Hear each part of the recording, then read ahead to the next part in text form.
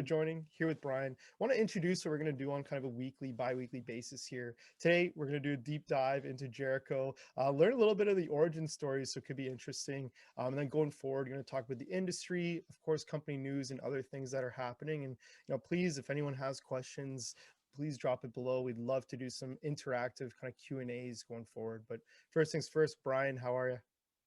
Doing well, Jason. Thanks for having us.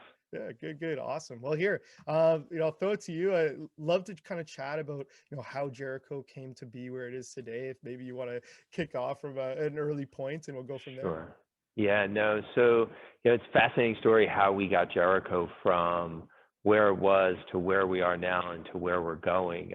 The origins of the company really stem from sort of classic energy investing. So we were oil and gas investors. And Alan Wilson, who is our founder, was a public markets guy for 25 years. And Alan and I sat on a board of an investment together, and we had been working pretty diligently up in North Dakota making oil and gas investments. And Alan took a real interest in it because he had done some things in natural gas before that had been really successful. And so one of the things that we would talk about on our 4 and 5 hour rides out to the mining site was the value disconnect that we were seeing, because this is going back in time, right? So oil and gas was extremely popular for most of the 2000s, and you saw massive valuation swells in the public companies.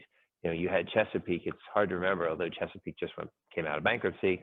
They were a Fortune 50 company, way up there in terms of market cap, and right up there with the big guys, Exxon, Chevron, and all those guys. And so wasn't lost on us as a private oil and gas investor how much, when the public markets like your sector, you have that rising tide experience where all of the valuations swell. And the metrics were, how many wells do you have to drill, because oil prices are $100 and there are no uneconomical wells. And so, we sort of looked at that and saw that opportunity and watched the value of public companies exceed what you were seeing in the private markets. And so, Alan came to me and he said, I want to build a public oil company with you. And so we looked at that and said, geez, this is what we've been talking about. The markets love this space. And as we got talking about it, oil prices started to crash. So we took that into consideration and said, okay, with the market now crashing, this could be the perfect opportunity to go out, put our heads down, and buy super high quality assets out of stressed and de-stressed situations, build it up, because what we know is things go through cycles. And we felt like, is this a 2-year cycle, 3-year cycle? Didn't really matter, but we felt like if we sat and acquired high quality assets, we could build a company that one day would then catch that rising tide momentum, because people would see the value of the assets that we bought. And in doing that, we had a handful of investors that have been with us and continue to be with us. And so you have these really sort of bellwether family offices that have supported Jericho. You have the Graves family and Mike Graves leading the charge there. You have the Breen family and Ed Breen, the CEO of DuPont. You have the Bellsberg family, legendary, one of the wealthiest families in Canada, legendary investor. The Hagna family, super successful healthcare printing family, sort of behind us and investing with us each time we were acquiring assets, supporting us. And so what we did was use that downturn to acquire all these different oil assets. And so we raised $55 million, never hired a banker, led by most of our families each round. And we went about our business. So we thought we bought high quality assets. We thought we were doing everything you needed to do to be successful. But the piece of the recipe that was missing was the market. And so there I am with our IR guys, Adam and Tony, at conferences, and, we're looking at the sign-up sheets. And, this is the days when people used to meet in person, right? So we're looking at the sign-up sheets, and we're an oil company with high quality assets. Why does nobody want to meet with us? Right. And we had less and less as the years went on. And so our thesis that the market would return was wrong. right? It didn't happen. And so here we are now, 5 years in, and we're staring at a declining market, right? Oil and gas had reached in 2020 its the lowest point ever in the S&P. It was less than 2.5%. That's insane, right? So here we are thinking we're a microcap oil company. How can we compete if the big guys can't get any capital allocations now? So, we went back to as a team and said we have to do something different.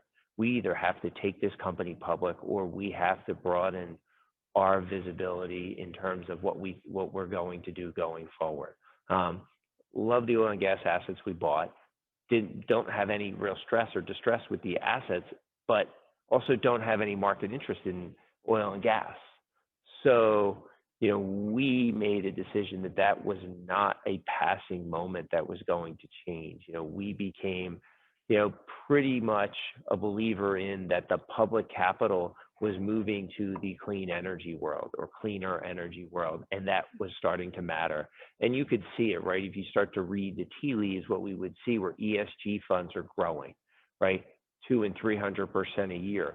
Public and pensions and endowments were getting out of refined fossil fuel investments. And so to us, we can't stem that tide. We're a microcap. But what we also started to look at was all of the other pieces of the energy space and what fit our skill set, because we have a fairly deep technical bench. So what fit our skill set as a team and what was our view on what was going to be one of the pieces of the puzzle going forward. And so as we unpacked that and studied that, for us, it became hydrogen. We saw the similarities of hydrogen and its utilization in replacement of petroleum products and natural gas. And so we started to see that as a world where, we understood it and we became fascinated by, one of the things that you think about as you learn the energy business is just the raw energy content, right? And so what hydrogen has and has always had, obviously, but has never been harvested is just the amount of energy in that molecule, right? And so it's 130 times more energy than the battery world, right? So if you think about that, right, you think about hydrogen a bit and you think about its value, it's just so energy dense. So we saw that as the catalyst for moving into this space. And so as we did that, we had to refine our team a bit, needed some deeper technical skills, partnered with the folks at Capella, and brought them on board and started digging in to the hydrogen world, and got some guidance and some help from analysts around the world. Because the other thing that we started to notice, Jason, is that all the folks that used to cover the oil and gas space were now covering clean energy. So at the banks, their teams were pivoting to clean energy. So all of a sudden we're talking to the same people that used to talk to us about oil and gas, talking to them about hydrogen. So that was pretty helpful on our part. And so, as we sort of unpacked it, we realized that there isn't going to be one clear fuel of the future. There's going to be multiple fuels, and we think hydrogen is going to be a big part of that. So that's how we got to where we are. And what Alan, myself, and the rest of the team really liked was that there was a capital inflow, right? There was interest, right? So you're seeing these ESG funds grow. And what we also noticed is from a regulatory perspective, the walls were closing in, right? You have states, you have provinces, and you have countries now that are demanding a reduction of emissions, right? So it wasn't necessarily just a cost, because the idea being that the regulatory environment is going to push harder and harder on this, right? And you could see it in Canada. I mean, the rules and emission standards are changing.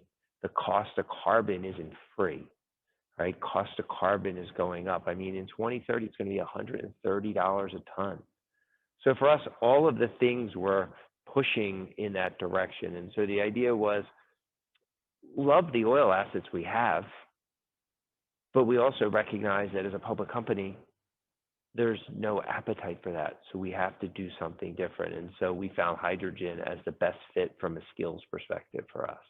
So, we made that decision, pivoted. It took us a long time to get there. I mean, I will tell you that it took us 8, 9 months to get there. But when we got there, we moved in that direction in 2021, and here we are. Yeah, look, awesome origin story. Really, in case anyone watching has never heard of Jericho before, there you go. You're now kind of up to date with kind of the origin stories of the business, and that's awesome. Brian, could you give people again, maybe who are just finding out about the company for the first time, maybe a little bit of the elevator pitch or just an overview of kind of Oh, Jericho and where the company is today? yeah. So today we are the owners of a spectacular technology, hydrogen technology called the dynamic combustion chamber. So as we came into the hydrogen space, we saw all of the capital flows moving into mobility, right? So competing with the battery space. And mobility is the most visible emissions piece out there, right? Cars, trucks, planes, boats, everybody sees them, they see the smoke.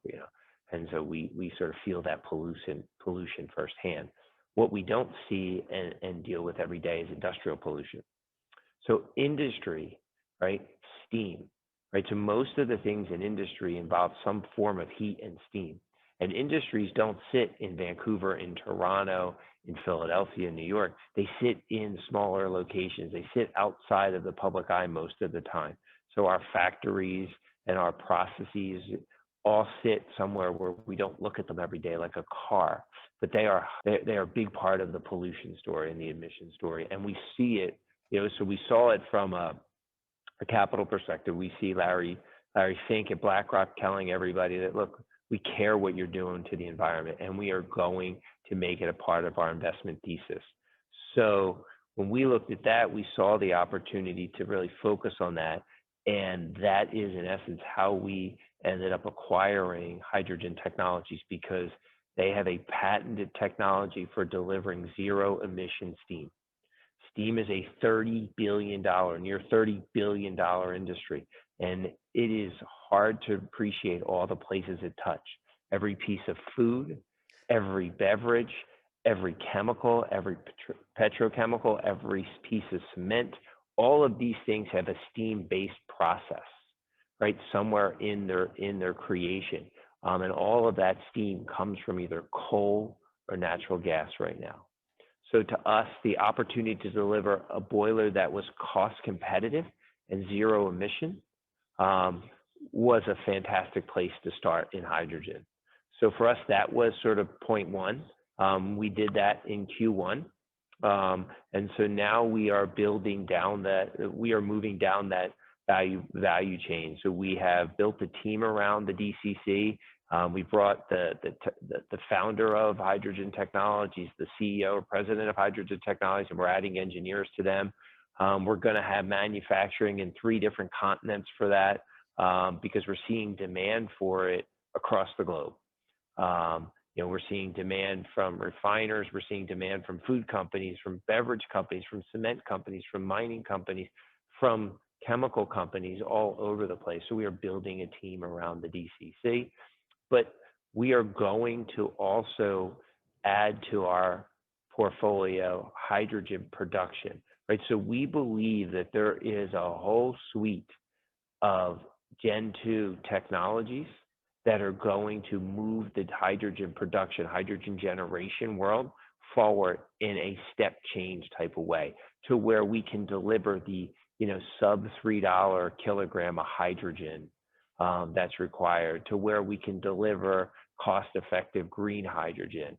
And so what's next for Jericho is to go down that path, to launch our hydrogen generation. We call it Gen 2 production. That's where you'll see us moving next, because we believe that the value chain for hydrogen is going to be a key part of the energy transition. Not the only part, for sure, but a key part of it, because it offers something. It offers the opportunity to time shift renewables, right? So if you use the renewables that are negatively priced early in the day, store that, and then bring them back to the marketplace when they're needed the most during peak power times, you've now time shifted renewables. That is the holy grail in the utility business. So to us, you have all the industrial applications that hydrogen fits in, plus the utility world, plus the consumer world. So love the space, going to continue to build out on it.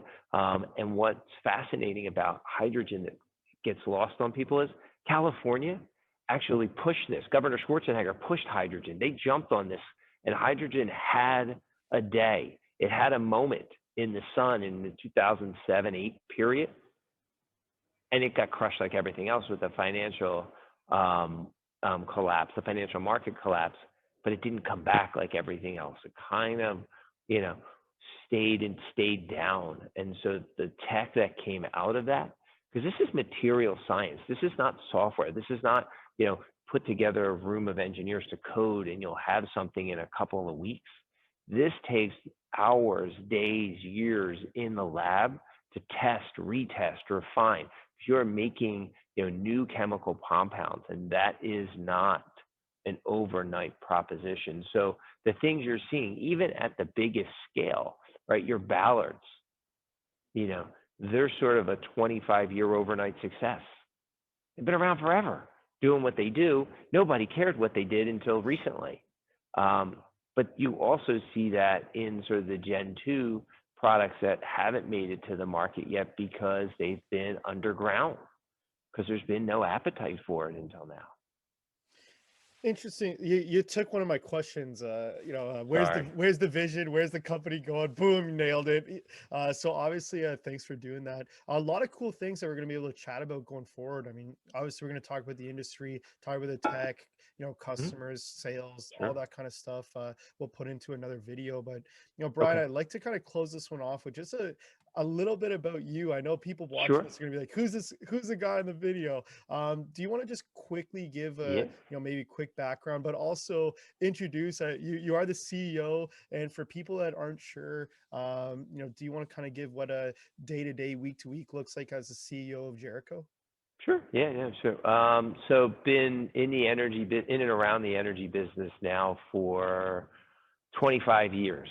Have a accounting finance background, legal background, from an educational perspective. Spent the early part of my career at Anderson, and moved from Anderson to doing private oil, gas, energy investing for the next 15 years. And then we did Jericho. So Alan came calling with Jericho, and was interesting to me. So first time CEO of a public company, enjoying it. It's been great. Lived the ups and downs of oil and gas. Can tell you that negative oil prices was not a fun experience last year. Um, but so from our perspective, we are seeing it's so much different being in a hydrogen space than oil and gas. I mean, we've diligenced now close to 100 companies in this space.